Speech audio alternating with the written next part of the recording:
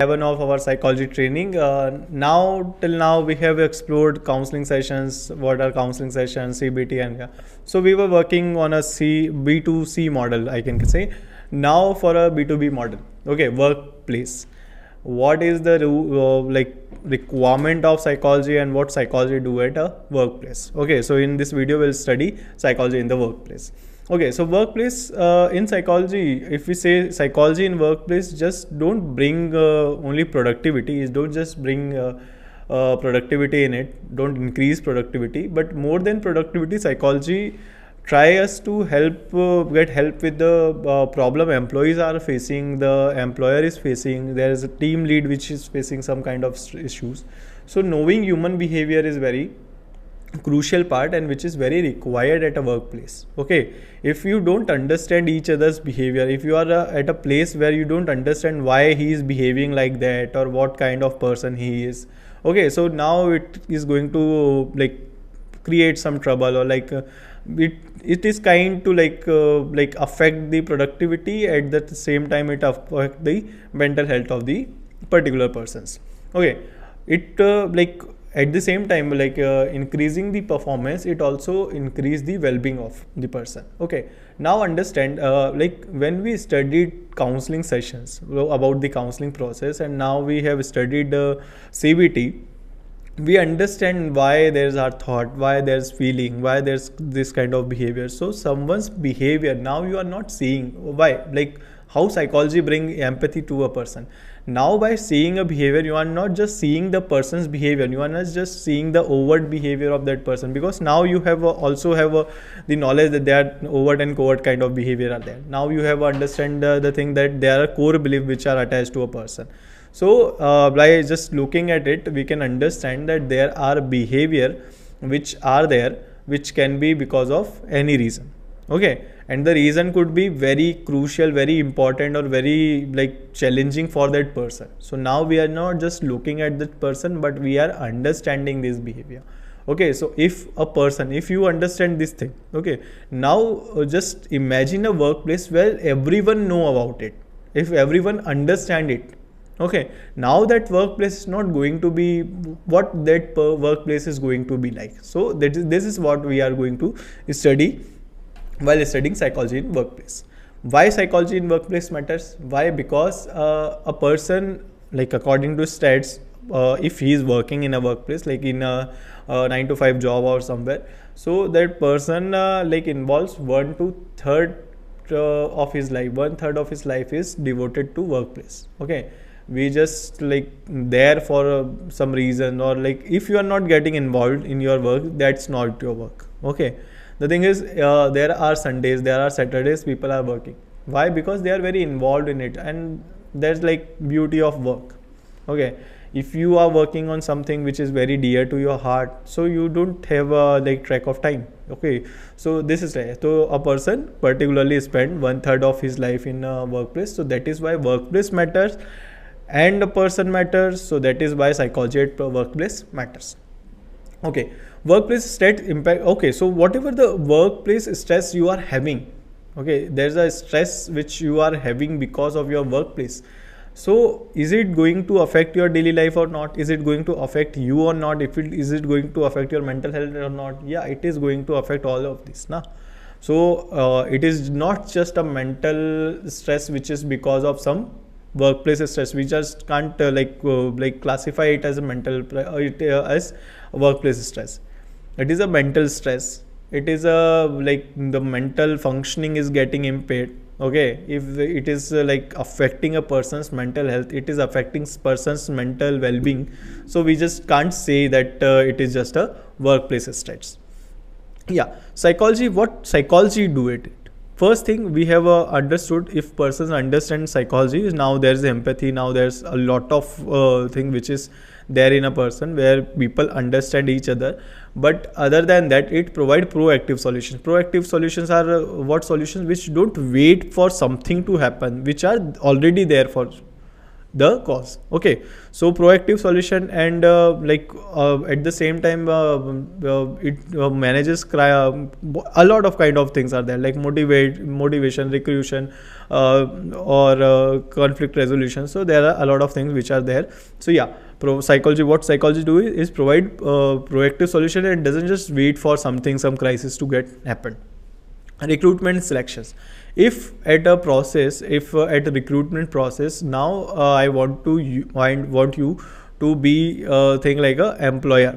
Okay, so you want to want some kind of person involved with your work. Okay, now yeah, required skills is a thing, required qualification is another thing. These things are like everyone, like if you are sorting the profiles, so these things are which are very common. Okay, which is there for a person, which everyone can do. Okay, a lot of people which who can like go for some classes or can build some skills or some kind of stuff. But the thing is, other than that, there is a thing which is the person's personality, which matters a lot. If there's a person who is very good with his stuff, okay, but is very toxic when come to team meetings and stuff. Okay, he is working like 200% of his work, but at the same time he is demotivating, or he is like making it toxic for 10 people.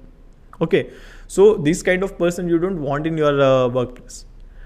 Other thing is, if there's a person, okay, so we are just we are working, we are like studying the recruitment ends. Okay, so first thing, you can avoid these kind of stuff, and you can get the personality which is required for your work. Okay, so go beyond your gut feelings and resume. You got a person who is very qualified professionally, at the same time is very mentally fit.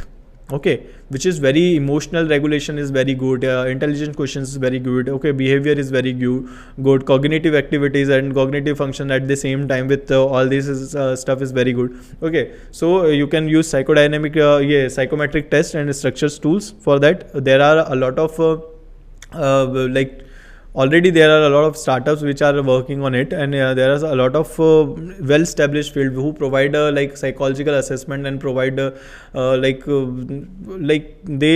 get involved in the hiring process. Whenever there is a hiring process, the companies get involved, the psychological like counseling sessions which provide counseling session and all, they also get involved in hiring process, and they like bring out some questions which can to assess the person's personality, or at the same time, like if there's pen paper test. So yeah, they also at the same time, if they are working on some test if there's first round of application where they have to assume for examination or something, so at the same time they bring that pen paper test to that person also to know that person's personality. Okay, so by this, that psychology person, the person who is assessing it, can predict the future personality of that person, the fit of that person, that and also if there is already a developed team. So if you are including one another person, so if he or she is not compatible with the team, that also we can predict if we know the psychology behind the recruitment. Okay, so if we just aid psychology in our recruitment process, what it is going to do, it is helping us to select a candidate which is very mentally fit, at the same time competent and compatible with our team. Now, motivation engagement. In the motivation class, you have already understood what is motivation and how we can bring motivation in someone's life. If psychology is there, motivation is there. Okay, you understand the theories of motivation. So you just, if you are a psychologist, and if you have to practice psychology at workplace, so you can bring all this theory at the workplace. Okay, more than money, people need motivation to go for money. Okay, every Monday should not be Blue Monday for them. Okay, if there's a weekend and now they have to appear at their job at their place, so yeah, they should feel confident going to their workplace. Okay, so more than money, people required some confidence, some motivation to go for their work. Okay, there's another thing, if they are very passionate about things or some stuff, but if they are involved in some work and there's a particular period of time they have to do that work, so I guess more than money, it matters the person should love doing whatever he is doing. Okay, Now you already know psychology theories which are there with motivation. So yeah, these theories are going to guide the motivation of the whole team or whole community in their workplace. Okay, autonomy, recognition, and purpose to boost engagement. Okay, so yeah, it is going to bring these kind of things. Recognition will be there. Why? Because now we at the same yeah, there's another theory of motivation. Like in hunger, there's a theory which is incentive based theory.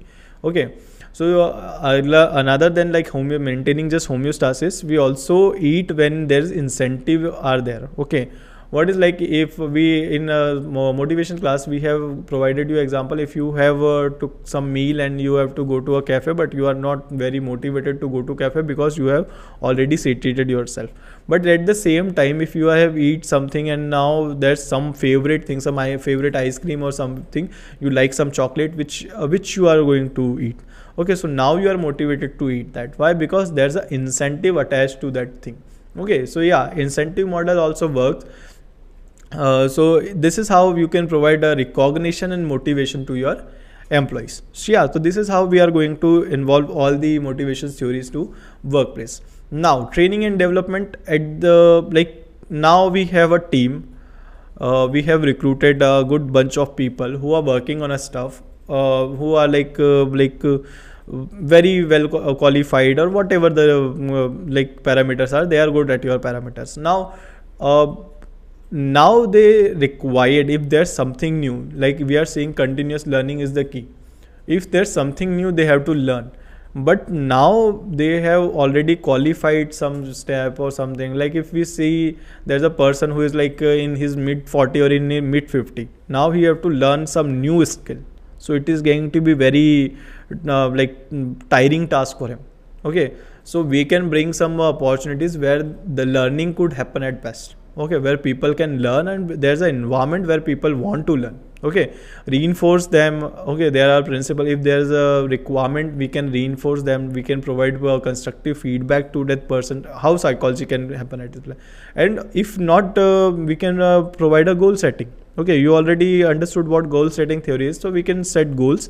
At the same time, we can reinforce and we can provide feedback to person. If some person is engaged in something, we can assess that person how improved he is, and we can provide feedback according to that. So yeah, we can maintain a psychological profile. We can maintain a profile or progress report of the person psychologically also. Okay, if we are practicing these type of theories, what we can do is we can build competence and confidence to the person. Okay, if he is at 50s and still if there's theories like if you are using some techniques like reinforcement and positive regards and stuff, so that person can feel now competent, confident that yeah, I can learn. Okay, but at the same time, when something appear to a person who is like already learned a lot, he is like very tiring task. But now we are involved some techniques, psychological techniques, so now that person can feel like yeah, I can do it. Okay, because I am very confident, I am keep on learning and I am like very boosted with it, because we are already bringing some energy, okay, in the workplace by bringing psychology in it. Now conflict is very natural. Okay, if there's a bunch of people and like-minded people, so in social psychology we have already seen there are going to be a very loud discussions. Okay, there are going to be very loud discussions, there are going to be very there can be very conflicting point of view could be there. So conflicting is very natural, conflicts are very natural, but resolution is learned. Okay, so we can provide some resolution, which resolution are very proactive at this, no, if not proactive, situation specific, but a situation, if a solution where there is emotional regulation. We have tackled the emotional regulation and communication skills. Okay, we can bring a culture where emotional regulation is very good and communication skills is very good. So it involves and it brings respectful dialogues in the workplace. Okay, whatever kind of situation is, whatever kind of conflict is it, whatever kind of discussion is happening, you have to be very respectful. You can be very respectful. Okay, there is nothing like yeah, you just lost track of your life, you just lost track of your behavior. Okay, we have understood behavior modification techniques, we have understood behavior core belief changing techniques. So we understand what a behavior is and how the behavior can be changed. Yeah, so by like bringing some conflict resolution techniques, we can what we can resolve the conflict, but we can also provide some persons a few techniques which is going to help that person for life. Why? Because we already said psychology stays for you with life, and it is an ongoing journey. If you have provided some psychological techniques, if you have provided some counseling, it is going to be with person every time. Okay, so now workplace stress lead to burnout, where a person like stress for a moment. Now what kind of workplace state could be there? Yeah, my culture, my workplace culture is very good. There are no people, there is very, I am very having a very good job, and I am having good package, I am very satisfied my job. Yeah, but still the time of that job is 10 to 5 or 9 to 5, and I have to reach at 9. And I just like, when I like start to getting ready for the job, I just get panic, and I just like running to get on time. Okay, so that is also a stress. Okay, that is a, yeah, small stress, but still a stress, where you are just running toward your job, and when you are panic of getting things done at time. So yeah, this kind of small soft stress could lead to a burnout and poor performance of that person. Why? Because now that person, with every stressful moment, after being after being so much involved in stress, after so much stubborn dumped with stress, now that person can if we are already talking CBT, that person can have any kind of automatic thought which can like reduce that person's performance. Because now, because of burnout, he is a feeling of burnout, or he is having a feeling of very depressive, very sad, or some kind of very slothy nature he is getting involved in. So yeah, that can bring poor performance of that person. Okay, so psychology, what with coping its strategy is to bring resilience in the workplace. Okay, now the person if understood how to cope with daily life stress. Okay, so like he understood mindfulness, or he understood DBT techniques. So now with mindfulness, he know that I am late, but still he is not getting panicked about it. Okay, he is okay with it, and he understood that now the situation is that I am late and I am going to. Okay, so what happen is, when you are getting late, so you're like, I have to reach at 10, I could have reached, like I could have done this earlier, I should not get involved with this, or this is why I'm late now, there's traffic, or now. So yeah, you have set a point that I have to reach at 10. But yeah, if you know that you are late, so now set a point that yeah, I am going to reach at 10:20. Okay, if someone calls you, if there's something important, or if anyone is calling you, if there's your boss or something, just call it that I'll be there at 10:20. Okay, if you are going to reach at 10:20. Now the thing is, for 20 minutes at least you are at rest. Okay, if you are like, now if you get more late and you are just reaching at 10:30, now there's more stress. But yeah, if you are mindful, you are very in the moment, so you can take, yeah, I am not going to reach at 10 at any cost, I am going to reach at 10:20. What happen is, we are not very mindful, and we just provide some time which we cannot, like there's a goal which we cannot attain. Okay, so that is why we just get we are not very motivated, and we just get depressed, and we just get stressed. Yeah, mental health and there are policies, like there are cultures where like it's okay if you are getting 10 minute late, or because you can work for more hours. And yeah, it is like there are free culture, there are like easy culture in the workplace. So yeah, this kind of policies could be created, that there was a like workplace where after 7 all the screens are like dimmed, and they say that now you can go home. Okay, don't work for more hours. Because yeah, people do overwork, and if there are if there's some problem going on with their family, so what they do is, they don't go to family, they just stay at the workplace, and they by avoiding their family, their mental health get more worse. So yeah, this kind of policy could be recruited at the place, which can help your employees and employers also. And at the same time, productivity now is just a product of it. Okay, if we are practicing this kind of thing. Now by bringing psychology at workplace, we can have a very transformational leader. Okay, which is going to transform, and which is going to strengthen up the group dynamics. Okay, which is going to enhance our team dynamics, which is very which is a leader which is very emotional, which have very good emotional intelligence. Okay, so a good emotional intelligence where he understand emotions, where he know how to bring he like understand someone's emotion and how to express his emotion also.